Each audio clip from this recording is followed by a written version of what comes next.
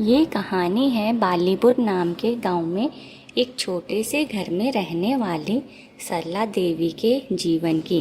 एक साधारण औरत की नहीं बल्कि एक ऐसी माँ की कहानी है जिसने अपने बच्चों के लिए असंभव को संभव किया। सरला एक गरीब परिवार से थी। उसका विवाह 17 साल के उम्र में पास के ही गांव के एक साधारण किसान महेश से हो गया था। महेश ईमानदार और मेहनती इंसान थे, लेकिन उनकी खेती इतनी नहीं होती थी कि परिवार का अच्छे से भरण पोषण हो सके। शादी के कुछ वर्षों में ही सरला 3 बच्चों की मां बन चुकी थी। 2 बेटे राम और मोहन और एक बेटी सुनीता।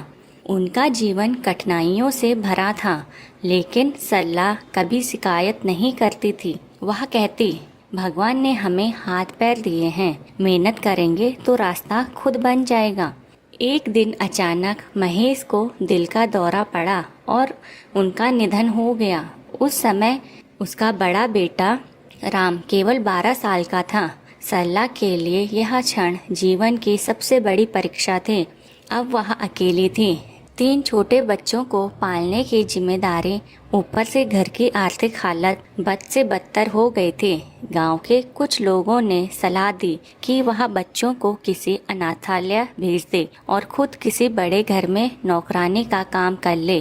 पर सरला का जवाब साफ था, मैं माँ हूँ। माँ अपने बच्चों को कैसे छोड़ सकती है? चाहे कुछ भी हो जाए, मैं इनको खुद ही पालूंगी। सरला ने गांव में लोगों के कपड़े सिलने का काम शुरू किया। वो सुबह जल्दी उठती, घर का काम करती, बच्चों को स्कूल भेजती और फिर सिलाई शुरू करती। धीरे धीरे गांव की औरतें उसकी और उसके काम की तारीफ करने लगी। उसका बात करने का तरीका, उसका सफाई से काम करना और उसकी मेहनत सबको पसंद आने लगे। जब शाम को बच्चे पढ़ते थे, सरला भी उनके साथ बैठती। वह खुद बहुत ज़्यादा पढ़ी लिखी नहीं थी, लेकिन बच्चों की पढ़ाई में दिलचस्पी लेती। वह हमेशा कहती, पढ़ोगे लिखोगे तो दुनिया तुम्हारे कदमों में होगी। लेकिन संघर्ष यही नहीं रुका। कभी आटा खत्म हो जाता, कभी सिलाई मशीन खराब हो जाती, कभी बच्चों को स्कूल की फीस भरने में देर हो जाती। कई बार सरला खुद खाना नहीं खाती, क्योंकि खाना इतना नहीं होता था कि सब खा सकें, तो वो अपने बच्चों के लिए खाना रख देती। बहुत बार ऐसा होता जब सरला बिना खाए काम करती रहती। कई बार उसे रात भर काम करना पड़ता ताकि अगले दिन तक किसी ग्राहक की ड्रेस तैयार हो जाए। ये सब बस एक माँ ही कर सकती है अपने बच्चों के लिए। बड़ा बेटा राम ये सब देखता रहता कि कैसे उसकी माँ बिना खाना खाए बस काम में लगी रहती है। अब राम ने अपनी पढ़ाई के साथ साथ छोटे बच्चों को ट्यूशन पढ़ाना भी शुरू किया ताकि घर में कुछ अतिरिक्त आमदनी हो सके।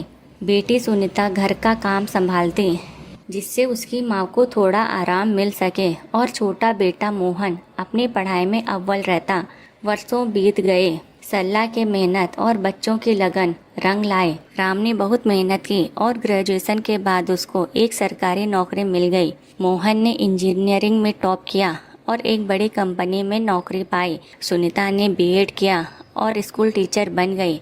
वह दिन भी आया जब राम ने अपनी पहली तनख्वाह से माँ को एक नई सिलाई मशीन और एक साड़ी उपहार में दी। माँ की आंखों में आंसू आ गए, लेकिन वह मुस्कुराकर बोली, अब मुझे और कुछ नहीं चाहिए। मेरे बच्चे ही मेरी सबसे बड़ी दौलत हैं।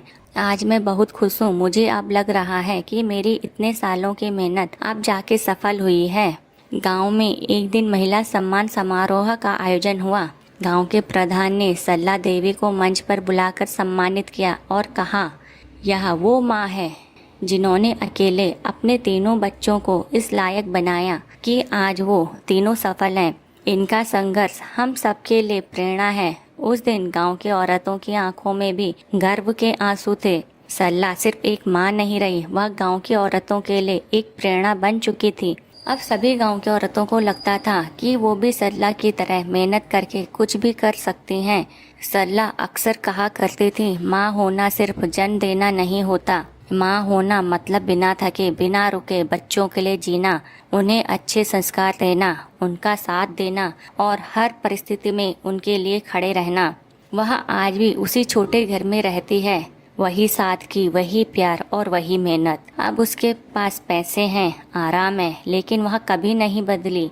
वह आज भी सुबह जल्दी उठती है, मंदिर जाती है और आस पड़ोस की औरतों को मुफ्त में सिलाई सिखाती है। अगर आपको हमारी कहानियाँ अच्छी लगती हैं तो हमारे चैनल बोल कहानी बोल को सब्सक्राइब करें और हमारी कहानियों को लाइक और शेयर करें। फिर मिलते हैं किसी नई कहानी के साथ।